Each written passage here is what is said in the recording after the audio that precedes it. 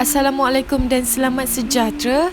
Kami daripada Kumpulan 7 ingin membentangkan tugasan kami iaitu Perancangan Pembangunan Pendidikan Malaysia. Saya akan menceritakan berkenaan Pelan Induk Pembangunan Pendidikan dari tahun 2006 hingga 2010. Pelan Induk Pembangunan atau singkatannya dipanggil PIPP.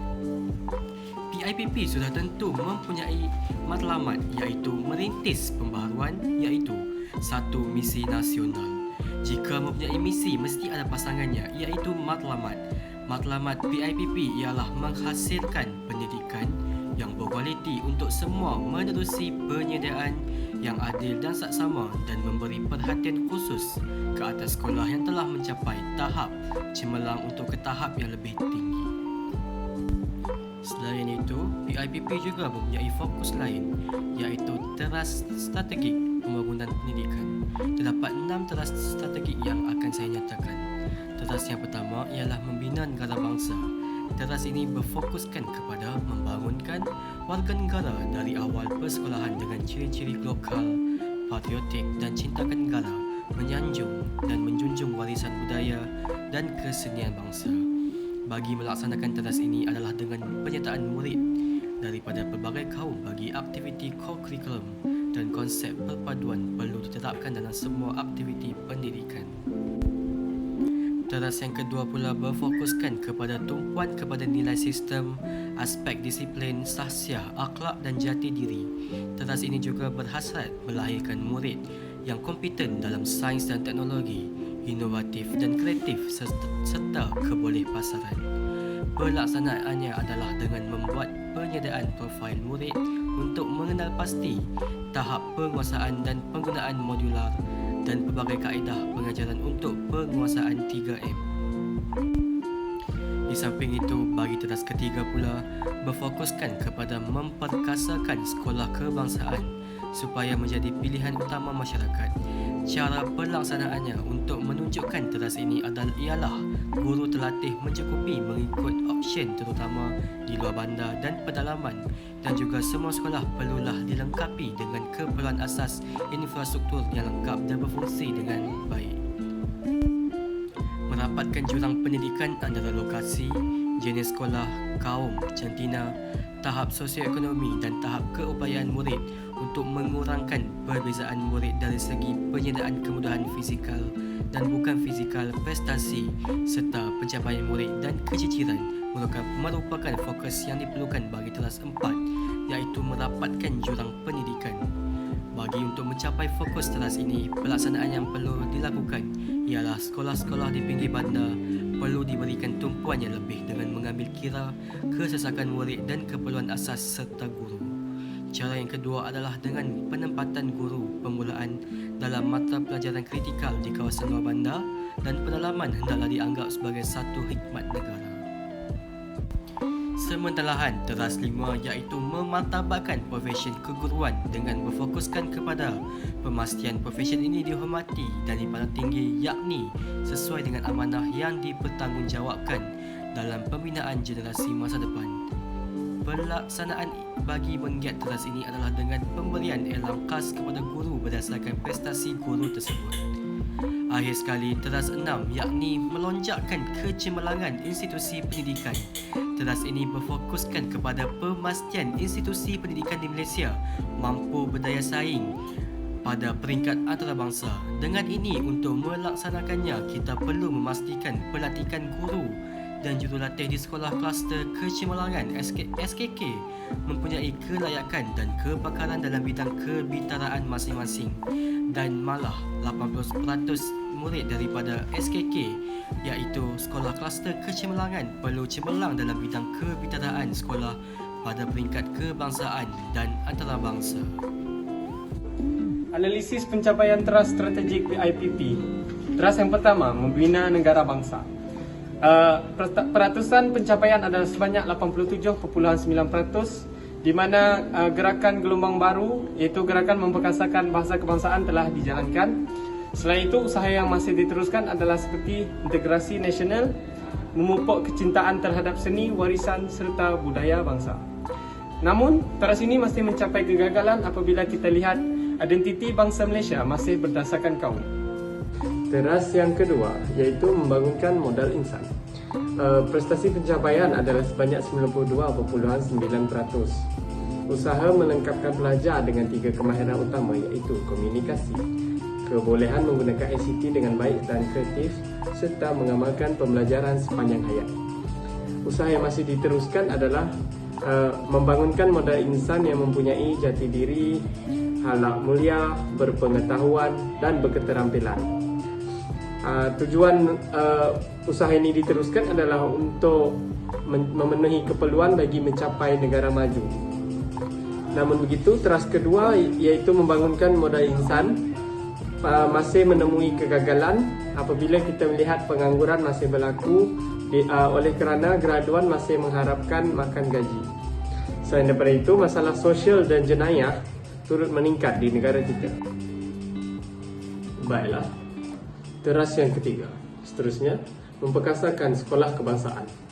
Prestasi pencapaian adalah sebanyak 86%, di mana dasar memperkasakan SK diperkenalkan oleh pihak kerajaan. Hal ini supaya SK kekal sebagai pilihan utama masyarakat. Usaha yang masih diteruskan dalam teras ini ialah menjadikan SK iaitu Sekolah Kebangsaan beraspirasi nasional, meningkatkan kecemerlangan dalam pelbagai bidang dan meningkatkan kualiti prasarana. Namun begitu, teras ini masih mencapai kegagalan apabila kita melihat SJKC dan SJKT masih wujud dan masih menjadi pilihan masyarakat. Sekolah antarabangsa dan sekolah agama juga berkembang menjadi pilihan. Baiklah, seterusnya teras yang keempat iaitu merapatkan jurang pendidikan. Prestasi pencapaian adalah sebanyak 98%. Infrastruktur sekolah luar bandar dibina dan dinaik taraf. Hal ini dapat meningkatkan kadar pengurangan risiko keciciran dan meningkatkan kadar penyertaan pelajar. Selain itu, menambah baik sistem agihan bantuan kepada pelajar miskin, berkeperluan khas dan kumpulan minoriti. Usaha yang masih diteruskan adalah seperti memastikan semua sekolah dan pelajar mempunyai peluang keupayaan yang sama untuk cemerlang. Namun, teras ini masih mencapai kegagalan apabila pelajar perempuan dilihat mendominasi pendidikan tinggi, contohnya di universiti. Selain itu, sekolah luar bandar masih ketinggalan dari segi pelajaran mereka dan pencapaian murid luar bandar agak rendah. Baiklah, seterusnya untuk teras yang kelima iaitu memartabatkan profesion keguruan. Prestasi pencapaian adalah sebanyak 90.8%, iaitu kerajaan telah memantapkan latihan perguruan dan kerjaya guru, menambah baik persekitaran kerja dan kebajikan guru. Usaha yang masih diteruskan dalam teras kelima ialah memartabatkan profesion keguruan, meningkatkan kualiti guru serta kerjaya guru. Namun teras ini masih menemui kegagalan apabila kita melihat graduan perguruan masih menganggur dan belum dihantar ke sekolah untuk mengajar. Baiklah, untuk teras yang terakhir iaitu teras ke-6, melonjak kecemerlangan institusi pendidikan. Prestasi pencapaian adalah sebanyak 95.2%, di mana Malaysia menjadi pusat kecemerlangan pendidikan dan pelibatan yang lebih aktif dalam bidang pendidikan dunia seperti UNESCO, IEA dan OECD. Usaha yang masih diteruskan ialah kerajaan masih berusaha membangunkan sistem pendidikan rendah hingga IPT yang bertaraf dunia untuk melahirkan insan yang berupaya untuk berdaya saing. Namun begitu, kegagalan teras ini adalah seperti belum mendapat pengiktirafan terbaik peringkat dunia. Terima kasih kepada saudara Rolly. Saya meneruskan lagi pembentangan dengan Pelan Pembangunan Pendidikan Malaysia berdasarkan analisis pelaksanaan dan pencapaian Pelan Pembangunan Pendidikan Malaysia pada peringkat gelombang pertama, iaitu pada tahun 2013 hingga 2015 ke arah menambah baik sistem pendidikan Malaysia. Objektif PPPM. PPPM merupakan salah satu usaha kerajaan untuk menonjolkan sistem pendidikan Malaysia iaitu ke dalam kelompok negara-negara yang mempunyai sistem pendidikan yang terbaik di dunia. Objektif PPPM yang pertama ialah dapat memahami prestasi dan cabaran sistem pendidikan Malaysia, iaitu dengan memberi tumpuan akses kepada pendidikan, meningkatkan standard iaitu kualiti, merapatkan jurang pencapaian equity, kukuhkan perpaduan dalam kalangan murid dan mengoptimumkan kecekapan sistem. Yang kedua ialah mewujudkan visi dan aspirasi yang jelas. Ini ialah untuk setiap murid dan sistem pendidikan secara keseluruhan bagi tempoh 13 tahun, iaitu pada tahun 2013 sehingga 2025. Objektif PPPM yang ketiga ialah menggariskan program transformasi penting dalam kementerian. Perkara ini adalah untuk memenuhi permintaan baharu dan harapan tinggi masyarakat. Perkara ini juga sekaligus dapat mencetuskan dan menyokong transformasi perkhidmatan awam. Pelan Pembangunan Pendidikan Malaysia yang dipanggil PPPM juga merupakan kesinambungan kepada PIPP. PIPP ini terjadi pada tahun 2006 sehingga 2010. Kementerian Pendidikan Malaysia iaitu KPM telah melakukan kajian semula terhadap sistem pendidikan Malaysia secara menyeluruh. Perkara ini dibuat bagi membina pelan pembangunan pendidikan yang baru yang dapat memenuhi standard pendidikan antarabangsa, tuntutan ibu bapa, masyarakat, majikan dan harapan generasi muda pada abad ke-21. Semua perkara ini terjadi setelah PIPP tamat pada 2010. Seterusnya, saya akan membincangkan gelombang dan anjakan PPPM, iaitu pada gelombang 1 pada tahun 2013 hingga 2015. Anjakan PPPM ini telah menjadikan 12 perkara terjadi di gelombang 1 pada tahun 2013 hingga 2015. Yang pertama, terlaksananya program transformasi daerah. Yang kedua, IPG dan latihan pra-perkhidmatan telah dirombak. Yang ketiga, pada gelombang 1 ini, iBestariNet telah terlaksana ke semua sekolah. Yang keempat, PPPM telah melaksanakan KSSR dan Bahasa Malaysia di sekolah STK. Yang kelima, praktikum dalam program vokasional telah diperkukuhkan dalam gelombang 1 ini. Yang keenam, pada gelombang 1 ini, PPPM telah meningkatkan enrolment prasekolah dan sekolah menengah. Yang ketujuh, PPPM telah mentransformasi kementerian yang ada di dalam sebuah negara, iaitu dengan meletakkan pemimpin terbaik untuk memimpin sesebuah pembangunan negara. Yang ke-8, pada gelombang 1 ini juga, PPPM telah memperluaskan Linus dan penguasaan kemahiran berbahasa Inggeris telah diperkembangkan. Seterusnya, yang ke-9, pada gelombang 1 ini juga telah wujudnya pembimbing pengetua atau guru besar sekolah yang mempunyai band 5, 6 dan 7. Yang ke-10, pada gelombang 1, soalan peperiksaan berelemen kemahiran berfikir aras tinggi iaitu KEBAT telah dibina. Seterusnya, yang ke-11, anjakan PPPM ini dapat meningkatkan standard pengajaran bahasa Melayu, bahasa Inggeris, matematik dan sains dalam sesebuah negara. Akhir sekali, yang ke-12, gelombang anjakan PPPM ini juga telah dapat mengukuhkan kualiti pendidikan sains, teknologi, kejuruteraan dan matematik yang dipanggil sebagai STEM iaitu STEM.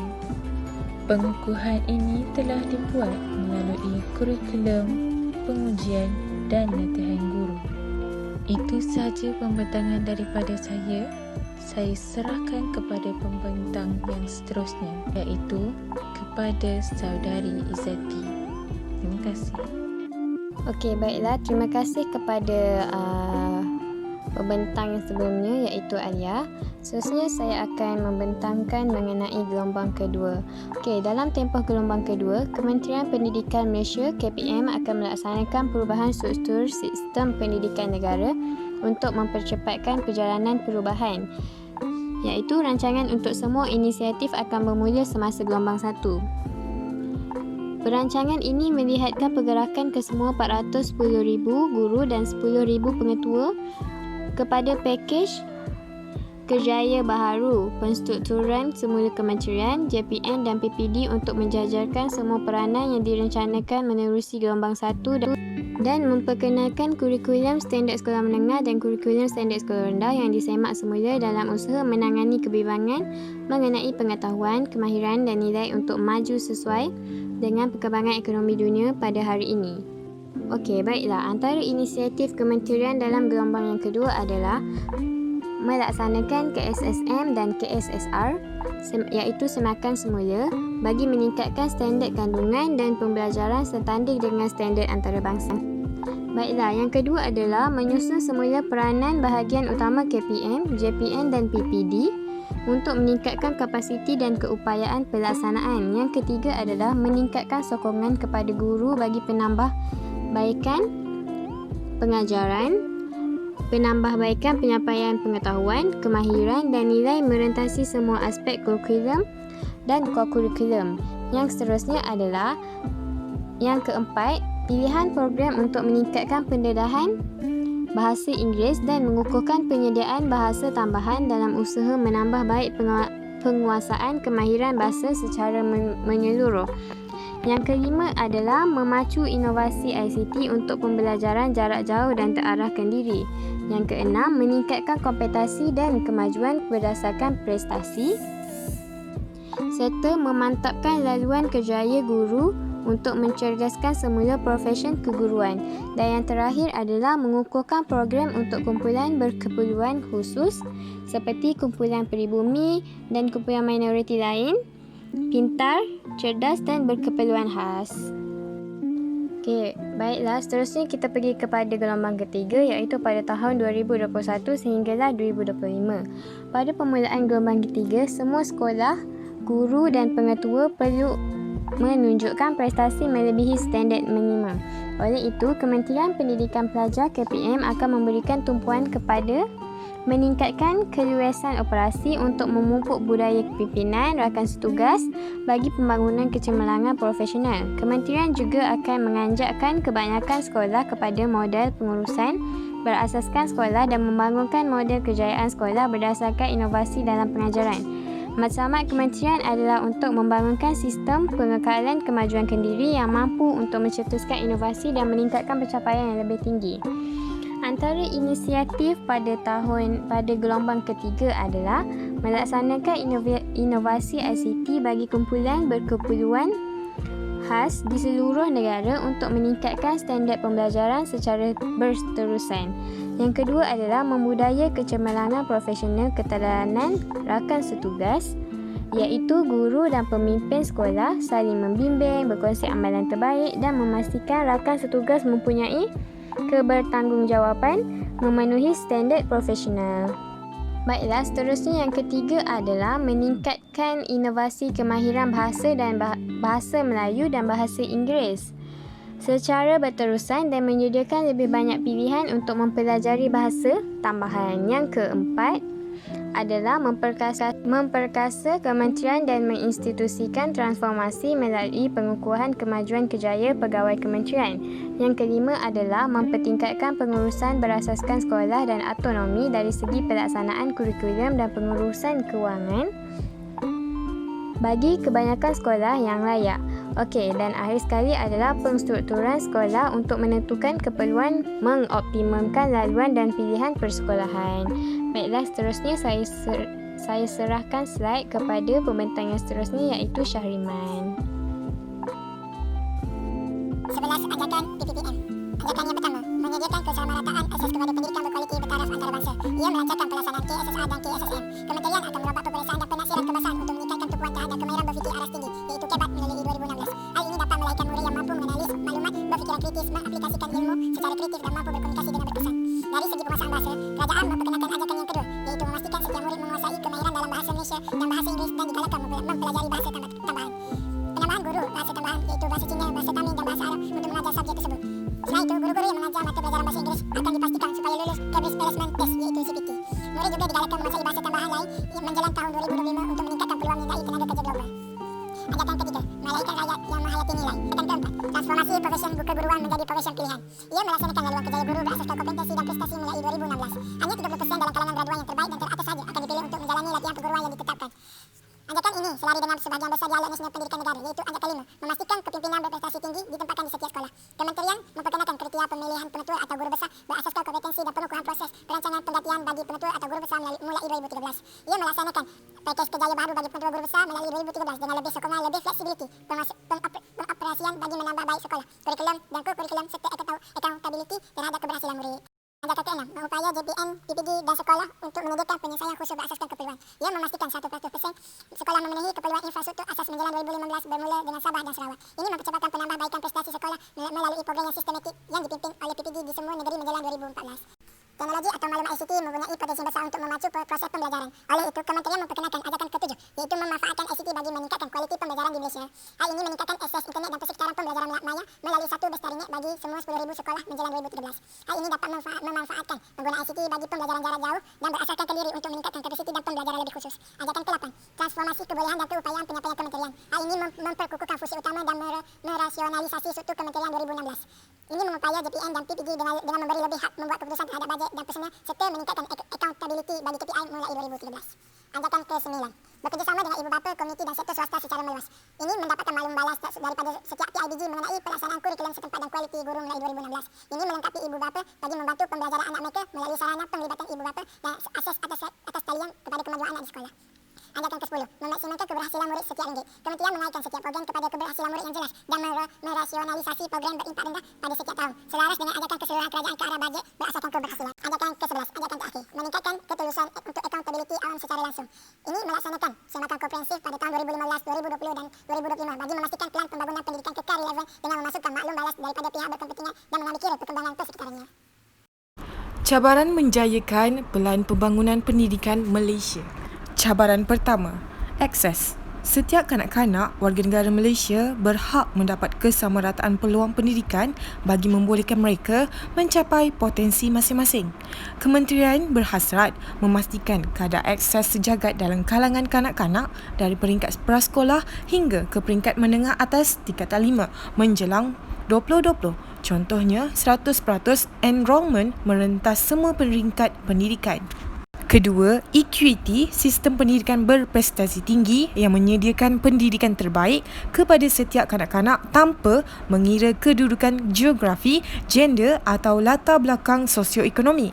Contoh, merapatkan lagi jurang pencapaian antara murid bandar dengan luar bandar, tahap sosioekonomi dan pencapaian antara gender sehingga 50% menjelang 2020. Ketiga, kualiti. Semua kanak-kanak akan berpeluang mendapat pendidikan cemerlang berdasarkan keunikan sistem pendidikan di Malaysia dan setanding dengan pendidikan negara maju.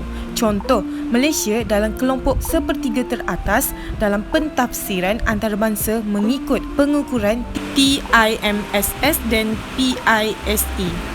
Keempat, perpaduan. Menjana suatu sistem pendidikan yang memberikan peluang kepada murid berkongsi pengalaman dan aspirasi demi membentuk dan memperkukuhkan lagi asas perpaduan rakyat Malaysia. Contohnya, murid berusia antara 7 hingga 17 tahun menghabiskan lebih 1/4 daripada masa mereka di sekolah.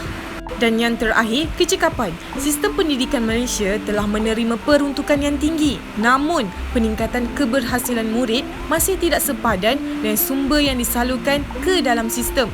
Walaupun kerajaan akan terus mengekalkan tahap pelaburan semasa, Kementerian berhasrat untuk memaksimumkan keberhasilan murid mengikut tahap peruntukan semasa.